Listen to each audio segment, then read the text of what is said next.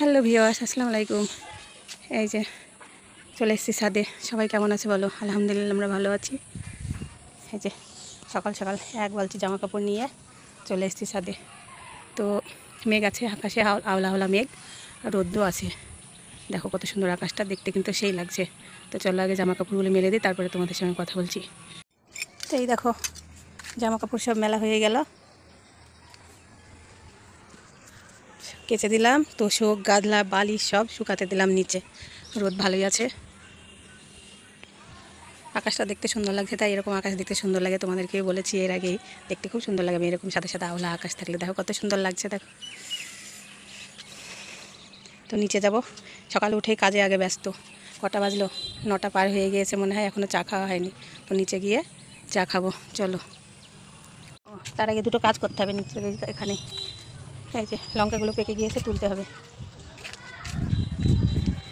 আর এইখানে এই যে আমার নতুন বেগুন গাছে ফুল ধরেছে, দেখো আলহামদুলিল্লাহ। দেখো বেগুন ধরবে, এটা আম বেগুন। এই বেগুন খেতে সব থেকে বেশি ভালো লাগে। তো চলো লঙ্কা গাছ থেকে লঙ্কাগুলো তুলে নিয়ে, দেখো সব দিকে সব লাল লাল হয়ে গেছে। দেখো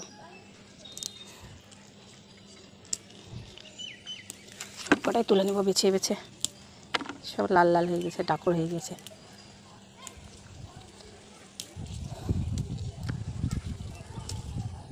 এই দুপুর পর্যন্ত যদি রোদ হয় তাহলে আমার সব শুকিয়ে যাবে, জামা কাপড়ও শুকিয়ে যাবে। তো সব গাদলা বালিশ সব পাতলা হয়ে যাবে রোদ্দুরে।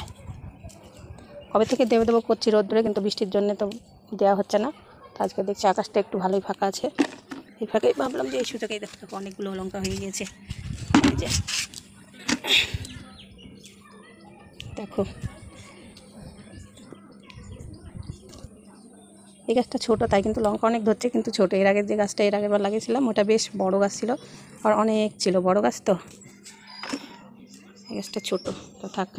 এই যে অনেকগুলো হয়ে গিয়েছে, দেখো অনেকগুলো হয়ে গেছে। বালতিতে করেই তুলে নিয়ে চলে যাব।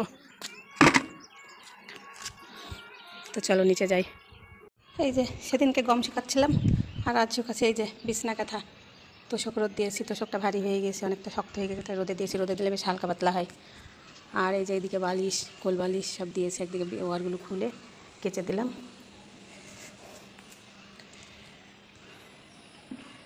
মেঘও আছে, রোদ্দুরও আছে। এই যতটুকু তাপবে এতেই হয়ে যাবে, যা গরম হবে। তো এই যে চাটা খেয়ে লাস্টে ভাত দুপুরকার রান্নার জোগাড় যন্ত্র চলছে, মানে শুরু করে দিয়েছি রান্না। এই যে এদিকে ভাত ফুটছে, আর এদিকে তরকারি কাটাকাটি চলছে। এই যে কফি দিয়ে ডিম দিয়ে আলু দিয়ে ঝোল করব। মাছ নিলাম না, মাছ কালকের ইলিশ মাছ আছে, যা আছে ওতে হয়ে যাবে, ওই জন্য নিলাম। তো এটা ফুলকপি দিয়ে, একটুখানি ফুলকপি, তার আবার দাম কত বাবা। তো এই ফুলকপি দিয়ে ডিম দিয়ে আলু দিয়ে ঝোল করব।